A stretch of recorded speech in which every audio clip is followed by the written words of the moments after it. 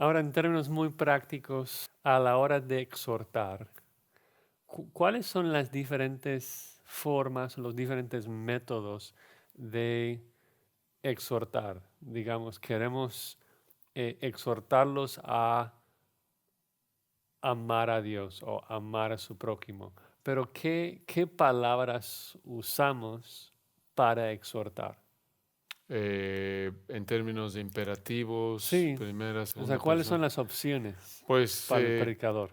ahí a veces creo que, y otra vez, creo que la variedad ayuda, la clave es la actitud también, y de nuevo, no es que dices, por tratar de mostrar una humildad falsa, discúlpenme hermanos, perdónenme, pero quiero invitarlos a obedecer, les sugiero que obedezcan.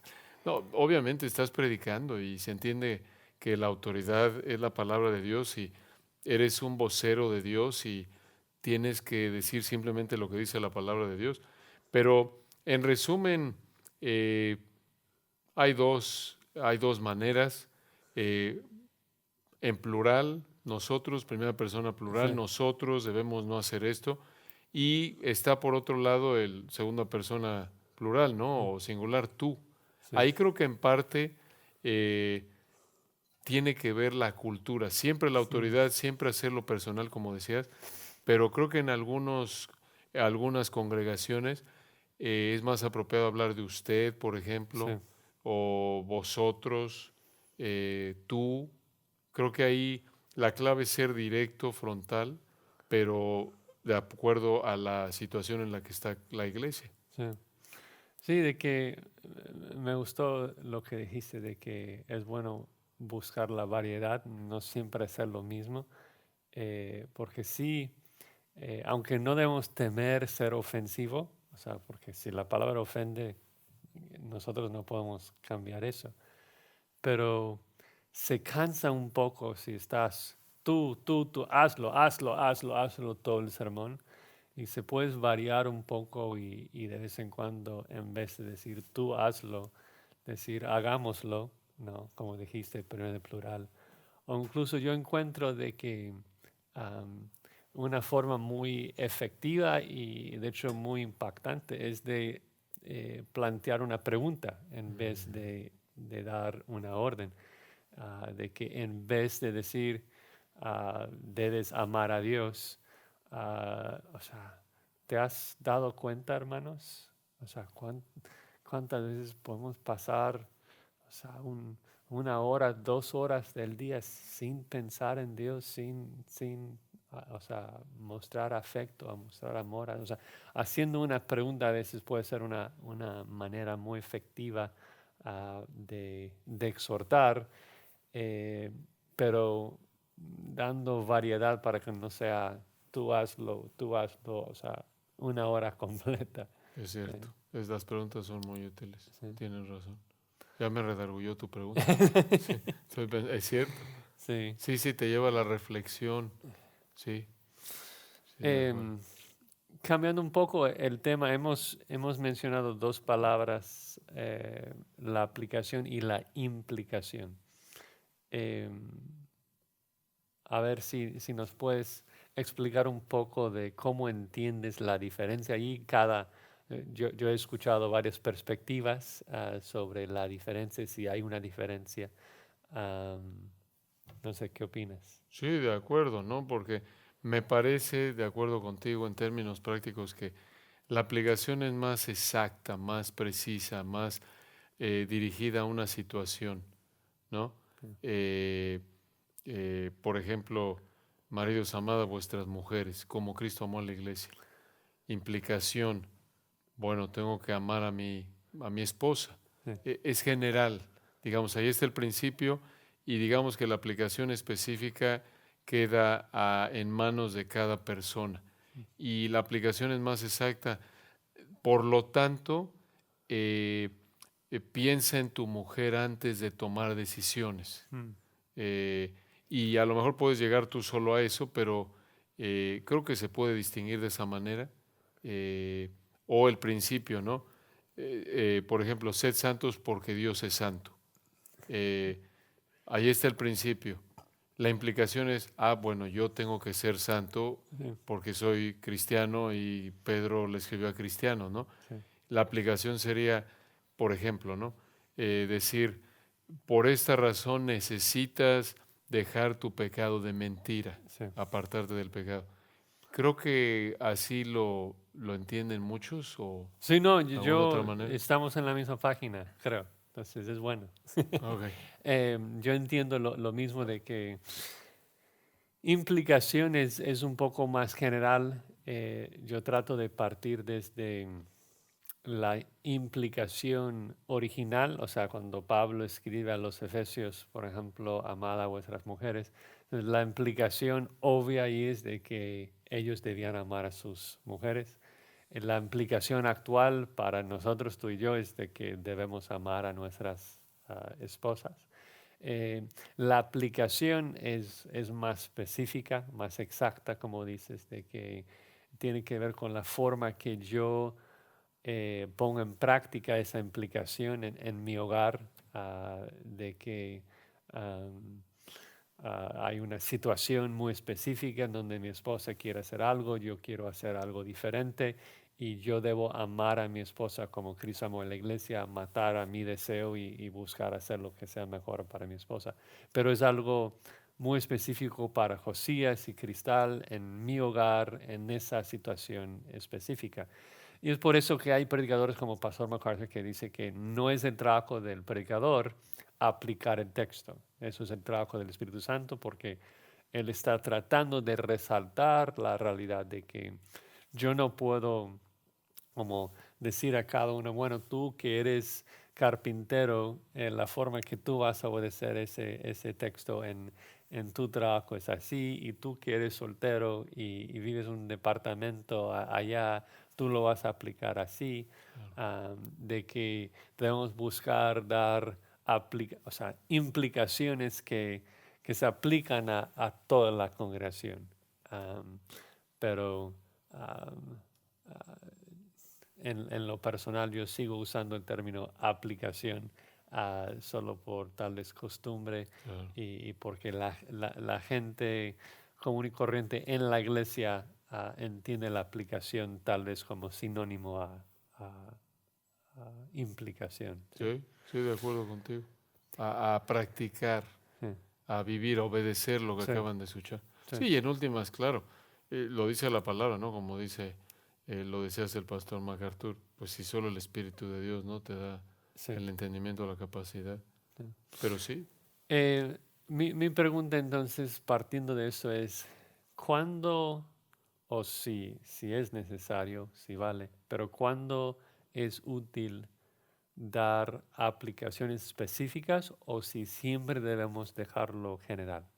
otra vez yo creo que la variedad, Sí, de nuevo, lo que llamamos el arte de la predicación, eh, y entiendo que también, obvio, le llamamos arte porque es de gusto sí, también ciertos aspectos, ¿no? De cómo, como lo hemos hablado en otras áreas, ¿no? Pero creo que ahí, en parte, entre el gusto, la sugerencia sería la variedad, y a algunos les gusta, tienen un estilo más que otro, y creo que la variedad ayuda en general. Eh, Creo que también, de nuevo, algo que puede ayudarnos a decidir por dónde vamos o qué estilo usamos, o más bien qué opción sí, tomamos, si directa o general, es el texto, eh, la audiencia a la que le estamos hablando, la necesidad que tiene la audiencia, entra un aspecto pastoral sí, siempre, ¿no? Entonces, si estamos hablando de nuevo en un texto muy fuerte, hay textos fuertes, obvio, sí, a lo mejor ayuda ahí meternos nosotros, usar más nosotros, digo, sí, hay una preferencia, ¿no? Si es algo donde sabemos que la iglesia está luchando o está en alguna situación que no entiende algo, necesita una sacudida, digamos. sí, Primera de Tesalonicenses 4, no hay que amonestar a los ociosos, no hay que sí, hablarles más duro. A veces depende, ¿no? Como tú lo decías, un tono de consolación, a veces, bueno, el tono es diferente, ¿no? sí, Entonces creo que esos factores sí. entran en juego, ¿no? Sí, unos textos que a mí me animan a dar algunas aplicaciones específicas, como una ilustración de cómo uno podría como aplicar la implicación que estoy desarrollando. Es de que en Lucas, creo que 10 y Lucas 18, hay situaciones en donde Jesucristo está hablando eh, con un joven o con alguien que realmente piensa que está guardando la ley. En Lucas 10:25, por ejemplo, dice que aquí un intérprete de la ley se levantó y dijo para probarle, maestro, haciendo qué cosa heredaré la vida eterna. Él le dijo, ¿qué está escrito en la ley? ¿Cómo lees? Aquel respondiendo dijo, amarás al Señor tu Dios con todo tu corazón, con toda tu alma, con todas tus fuerzas, con tu mente, y a tu prójimo como a ti mismo. Y le dijo, bien has respondido, haz esto y vivirás. Y el problema acá es de que este intérprete de la ley escucha, bueno, ¿qué tengo que hacer para ganarme el cielo? Jesucristo dice, sé perfecto, obedece la ley perfectamente y vas a vivir. Y él dice, sí, ok, entiendo la ley de que debo amar a Dios con todo mi corazón y debo amar a mi prójimo como a mí mismo. Si así se gana el cielo, yo estoy bien. Ujú. Entonces, tiene el mandato, tiene el imperativo, este intérprete, entiende de que debe amar a su prójimo. El problema es de que piensa que lo ha hecho, piensa que está obedeciendo. Y Jesucristo luego da la parábola del buen samaritano para mostrarle cómo sería si realmente amara a su prójimo perfectamente, como para mostrarle que no lo ha hecho, para mostrarle su pecado. Lo mismo pasa con el joven rico unos capítulos después, creo que es el capítulo 18, ¿no? No recuerdo en Lucas, me Sí, acuerdo en Lucas Mateo. 18:18. Dice, un hombre principal le preguntó diciendo, Maestro bueno, ¿qué haré para heredar la vida eterna? Jesús le dijo, ¿por qué me llamas bueno? Ninguno es bueno sino solo Dios. Los mandamientos sabes, no adulterarás, no matarás, no hurtarás, no dirás falso testimonio, honra a tu padre y a tu madre. Y él dijo, todo esto lo he guardado desde mi juventud. O sea, nosotros escuchamos eso, qué soberbia. Pero es el problema es de que todos somos pecadores y no vemos el pecado en nuestras vidas a veces. Entonces Jesucristo dice algo muy específico, hay algo que todavía te falta, dice, aún te falta una cosa, vende todo lo que tienes, dalo a los pobres y tendrás tesoro en los cielos y ven, sígueme. No porque esto sea una aplicación para todo el mundo, sino porque Jesucristo supo de que Él estaba amando a su dinero más que a Dios. Pero ese mandato tan específico es lo que ayudó a esa persona a ver su pecado. Entonces, creo que como una ilustración, a veces vale la pena no solamente dar la implicación general de que hoy debemos amar a Dios, debemos buscar la santidad, debemos amar al prójimo, debemos edificar a los demás, debemos leer la Biblia. O sea, son mandatos así muy, muy generales y a veces ayuda a ser un poco más específico, no porque es la única manera de obedecer, el mandato, sino para tratar de mostrarles algunas ideas de cómo deben estar obedeciendo. Muy No, buenos no sé. ejemplos. Sí, no, no, muy buena ilustración. De acuerdo, de acuerdo. Sobre todo en alguien, como lo acabas de mencionar, que está evadiendo, Hmm, ¿no? Otra vez entra ese aspecto pastoral, ¿no? Que sabes que tienes que poner el dedo sobre la llaga de manera más sí, fuerte ahí para ayudar a la persona, ayudar a la congregación. Sí, sí, muy, muy buenas ilustraciones. sí. Sí. Sí, pero aún, o sea, aún nosotros si no estamos como que, no estamos evadiendo de manera intencional. Yo creo que todos tenemos que unirnos a la oración del salmista de, o sea, ven si hay algo en mí, pruébame, examíname y muéstrame mi pecado, ¿no? Porque tenemos pecado en nuestras vidas y estamos ciegos a Él. Sí. Y Entonces, necesitamos que alguien nos diga así de manera paciente, de manera amable, pero que nos muestre cómo estamos fallando, cómo debemos amar Tienes a razón. Dios. Sí, me acuerdo de lo que decía el hermano ese Louis Johnson, que todos cuando el Señor nos salva tendemos a ser arminianos, a pensar que nosotros fuimos los que decidimos por Cristo. Y ya salvos tendemos a ser fariseos. Mm, Y es lo que tú dices, ¿no? Tenemos no ver, a no ver la viga que está en nuestro ojo, sí, Mateo 7, y distorsionamos las cosas y queremos sacar la paja del ojo de tu hermano, de nuestro hermano, pero ahí tenemos ese pecado que afecta nuestro juicio y nos es tan fácil sí, estar ciegos sí, a nuestro propio pecado y de ahí la necesidad de la palabra que es viva y eficaz y no es mi palabra como fuego y como martillo, Jeremías, la sí, necesitamos. sí, Me acuerdo, digo, pensando en eso, ¿no? Esta afirmación tiene varias implicaciones, varias aplicaciones. Eh, como dice el hermano MacArthur, la predicación fuerte produce corazones suaves y la mm, predicación suave produce corazones duros. sí, Y sí, de ahí creo que puede haber una ilustración ahí puede ilustrar ese principio el área de la aplicación, ¿no? De ser, sí. no me acuerdo si fue, ¿te acuerdas? Uno de los primeros líderes de la iglesia de la época de los padres, que era muy incisivo en la aplicación, no sé si era Crisóstomo o, Puede ser, no me acuerdo. no me acuerdo, pero Tú me que eres acuerdo, maestro de la teología histórica. me acuerdo leer que uno de ellos, no recuerdo si fue Crisóstomo, pero hay que Sí, verificar esto, sí, perdón, este, que una de las características de su predicación era que después de explicar, eh, presentaba una exhortación incisiva, mm, específica, que no podías evadir. sí, Entonces creo que eso es algo útil, sí. necesario. No, y siempre en mi mente regreso a la ilustración de que somos heraldos del rey. O sea, si yo llego ahí con el edicto del rey y, dejo que la gente lo desobedezca porque no lo he explicado bien, o sea, yo estoy en pecado. Claro. Em, pero varias veces ya hemos mencionado la humildad y el hecho de ver la viga en nuestro ojo.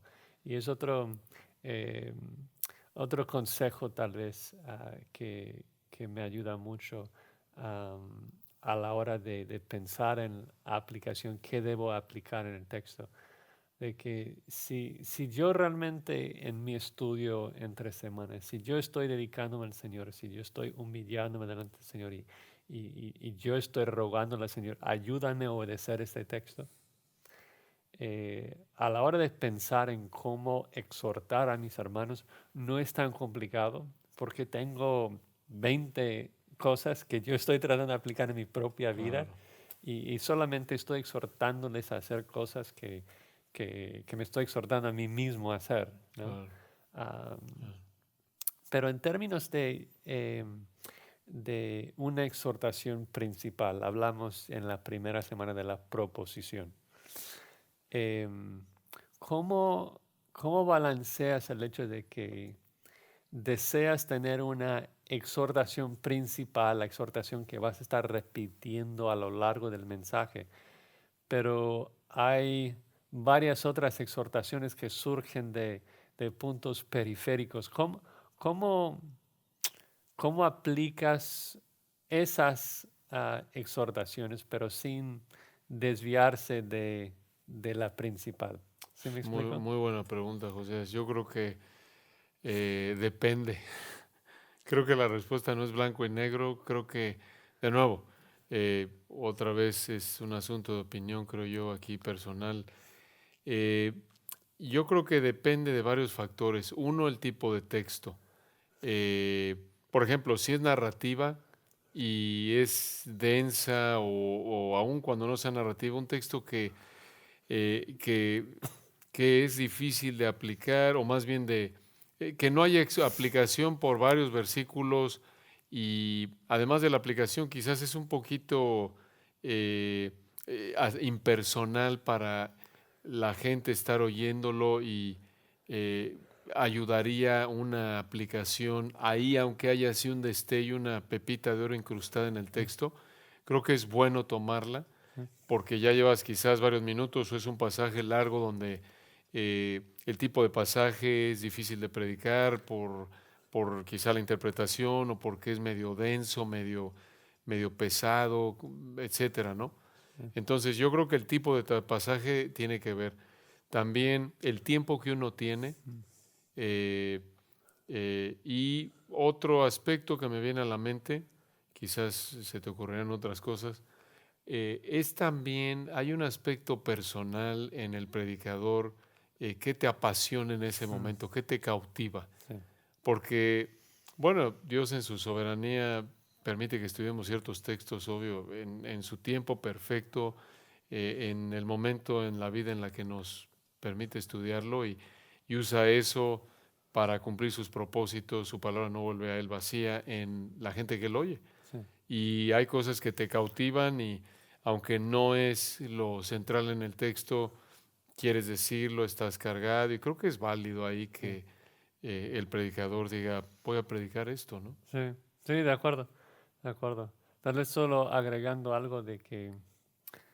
yo hago algo similar de lo que hago con ilustraciones y referencias cruzadas, de que, o sea, no quiero desviarme de la exhortación principal. Y si puedo como que agregar una aplicación corta sin distraerme, lo hago. Lo hago varias veces durante un sermón porque, o sea, si hay una exhortación en el texto, yo no puedo pasarlo por alto porque Ah, no es la principal, ah, quiero exponerla.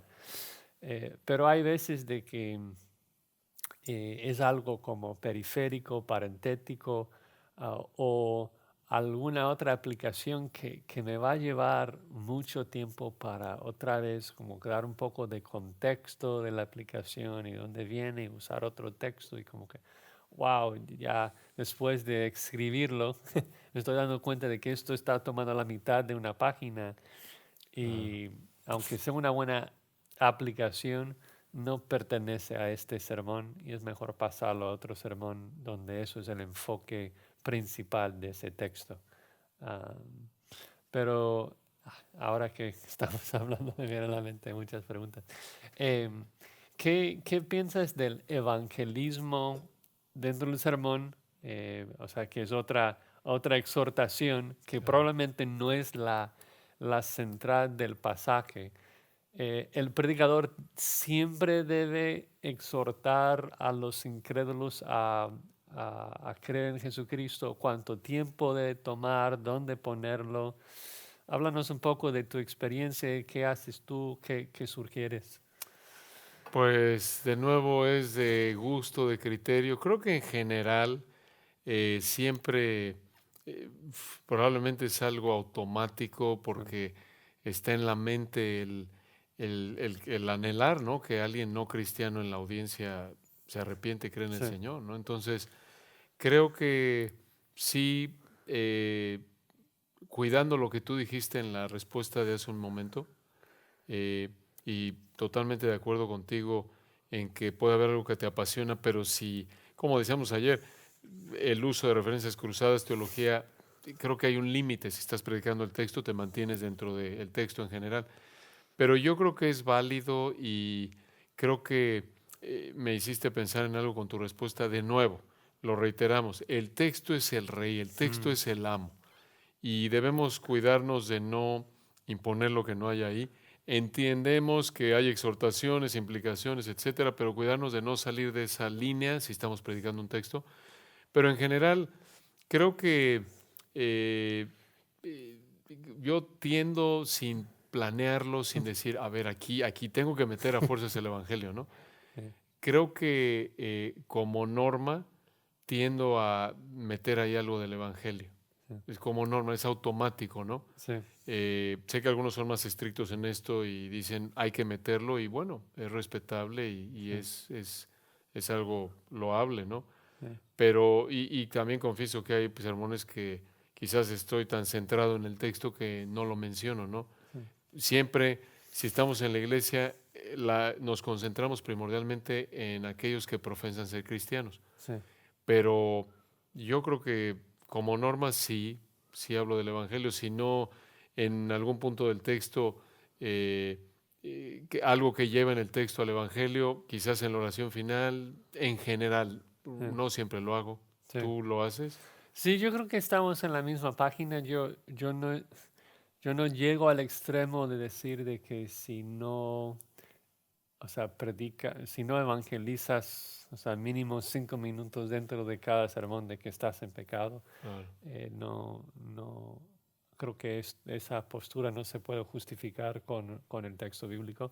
Y al mismo tiempo, estoy de acuerdo contigo que en la práctica yo no puedo pensar en un sermón donde no he evangelizado Claro. en algún momento del sermón, porque a la hora de estar preparando el mensaje, estás tratando de visualizar quién está ahí, o sea, la audiencia acá es relativamente grande y seguro hay inconversos ahí, entonces sería como bueno, voy a hablar con mi vecino que no conoce a Cristo y vamos a hablar de muchas cosas, pero no hablar del Evangelio como que no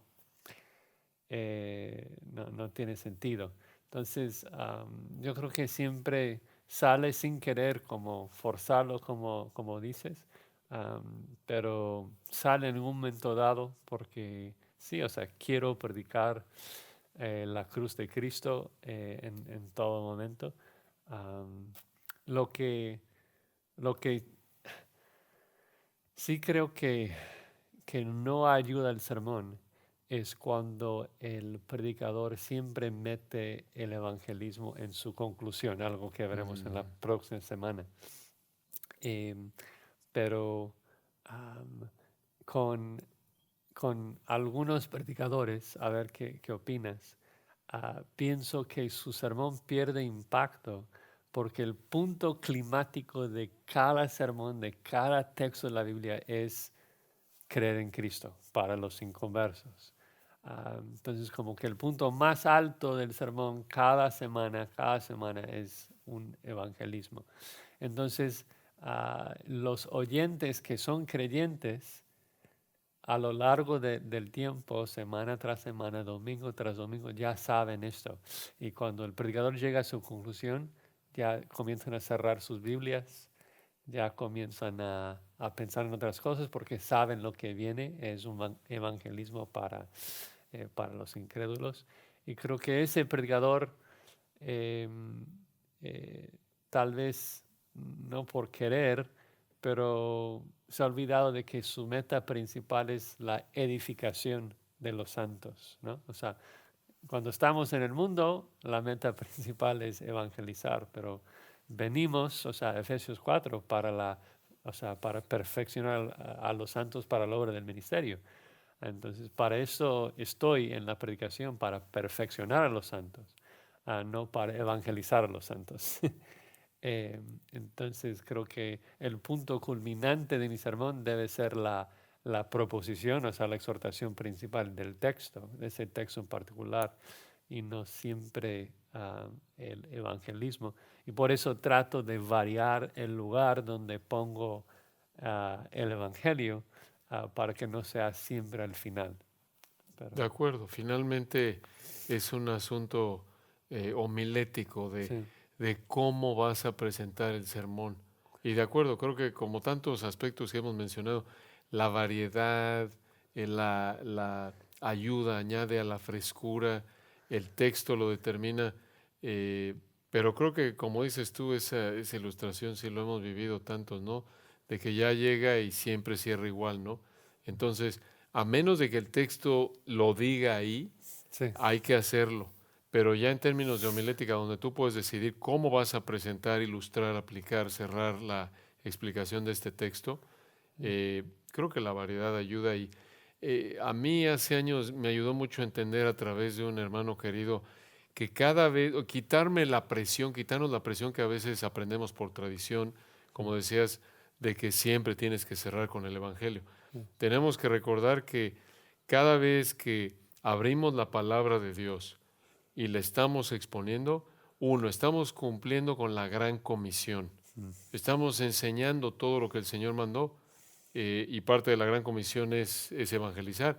Y 2 Timoteo 3:15, cuando Pablo le dijo a Timoteo que desde la niñez has sabido las sagradas escrituras, las cuales te pueden hacer sabio para la salvación por la fe que es en Cristo Jesús. Sí, Y aunque ahí se refiere al Antiguo Testamento ese texto, claro. eh, por implicación se aplica al Nuevo también, Sí, 1 Timoteo 5:17, pero el punto es que cada vez que estamos explicando la palabra de Dios y estamos siendo fieles a explicar el texto, y esto lo dijimos, no me acuerdo si en la clase de la semana pasada o antepasada, escudriñad las escrituras porque a vosotros creéis que en ellas está la vida eterna y estas dan testimonio de mí. Entonces, si estamos predicando la Biblia, si estamos fieles en explicar lo que el autor original quiso decirle a la audiencia original, estamos evangelizando. mm, Quizás no vas a cubrir todos los aspectos del evangelio, pero algo del evangelio vas a cubrir, y si eres diligente en estar predicando